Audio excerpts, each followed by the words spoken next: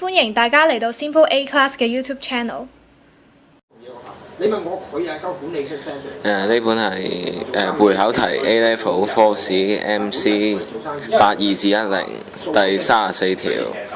咁一開頭題目呢，就俾咗一個咁樣嘅樣啦，跟住就話上面個箱呢，就會以 constant velocity 向下滑落嚟，咁就問地下俾佢嘅 normal reaction 係幾多？咁呢條題目呢，有兩個 method 做嘅 ，method one 先啦。佢依家之前已經教過一個方法叫影相機理論㗎啦，就係點呢？你一開頭影一張相先啦，即係幫呢嚿嘢影一張相，隔3秒之後再影一影。如果個樣一樣呢，咁你就可以將呢兩嚿嘢合體變成一嚿嘢。但係呢一條題目呢，佢唔係即係佢唔係 at rest 嘅，即係佢會上落嚟。但係呢，因為佢係 constant velocity， 所以 acceleration 都係0 ，net force 都係0啊。咁呢，所以你都可以當佢 at rest 咁做，咁即係照樣用影相機理論將佢合體變成同一嚿嘢。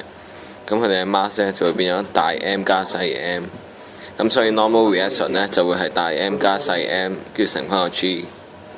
咁 method 2呢就係因為如果有啲題目佢唔係全部都係 constant velocity 啊嘛，咁如果佢有 acceleration 嘅，咁要點做呢？首先各自畫個 free body 出嚟先啦，有支大 mg normal reaction， 跟住同呢個 action and reaction pair 嘅 R2 同呢個 action and reaction pair 嘅 friction。咁呢條題目咧其實有一個難度嘅，就係點知佢有 friction 呢？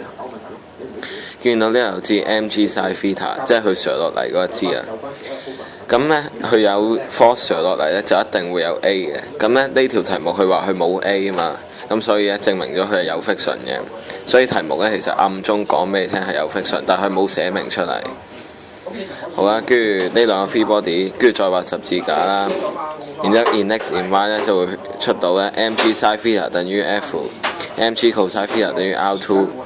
跟住去隔離啦 ，in x mg sin theta 加個 f 係等於 n sin theta， 然之後將呢個 f 懟埋上嚟，然之後呢就會出到 n 係等於 mg 加細 mg 啊。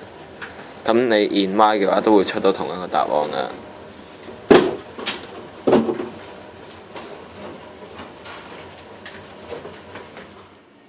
我諗啱啱嘅內容應該幫到大家唔少㗎啦。如果大家有唔清楚嘅地方，歡迎你哋留 comment 嚟問我哋。如果想知道我哋最新嘅資訊嘅話，就 like 我哋嘅 Facebook page 啦。拜拜。